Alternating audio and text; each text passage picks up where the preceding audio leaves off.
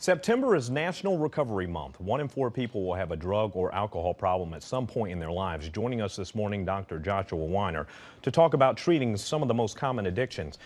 And we were talking in the commercial break, National Recovery Month. For some people, it should be months because you can't recover in a month. No, you can just get the process going in a month. This is just an awareness month. Let's get everybody aware that if you have a substance abuse problem, this is something that needs to be dealt with, or else you're dealing with potentially long-term consequences for yourself. How do you define addiction? I would say that somebody who has a problem with addiction is somebody who's engaging in any type of behavior that is causing problems in their personal lives or causing issues with their health. So somebody who is drinking several drinks at night as a way to calm down, relax, and then they go to work the next day, they may feel like they're not having a problem with alcohol because they're able to function at work. But if you're having several drinks, your body becomes dependent on that alcohol. It's having negative consequences for your health. You might not want to call it addiction per se, but I think it's fair to say that alcohol is having a problem for you. Can you refer to it as a disease? Well, you know, this is the big question, right? There's been a big push to say that addiction is really a disease, it's not a behavioral issue. I really think it's both.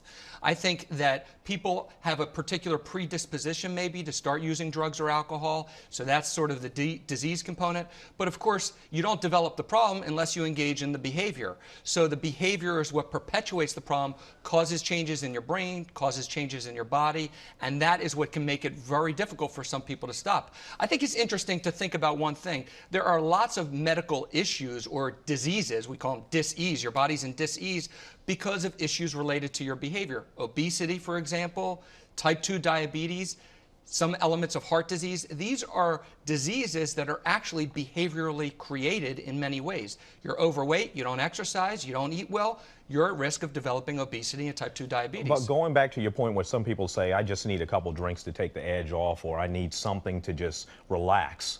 At what point does a person's admission that they have a problem play a role and help out in this case? Well, admission is the key piece. So unless somebody is able to recognize that they have a problem, you're not going to be able to help them. So the first step is getting them to recognize that a problem exists.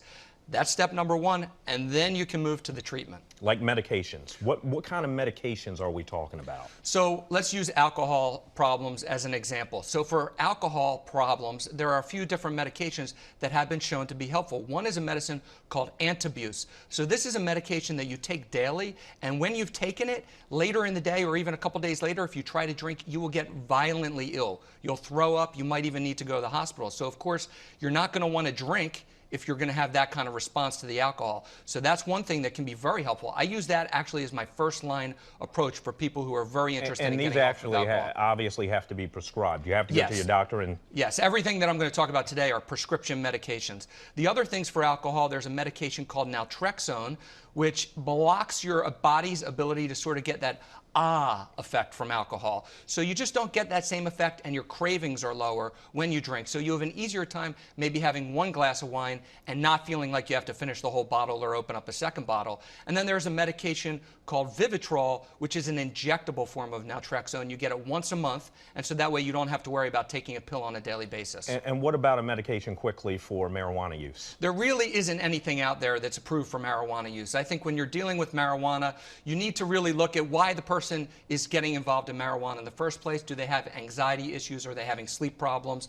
Some of those things need to be addressed with other medications for psychiatric issues, not necessarily to address marijuana directly. Dr. Joshua Weiner, admission, then treatment. That can be a very helpful 1-2 punch. Right, and medications are a piece everybody needs to keep in mind. Therapy, NA, AA, these are all, it's an approach that involves multiple hands. You need to get a lot of different people involved. A lot of ways to get the problem solved. You just have to want to do so. Doctor, thanks for stopping by. Thanks.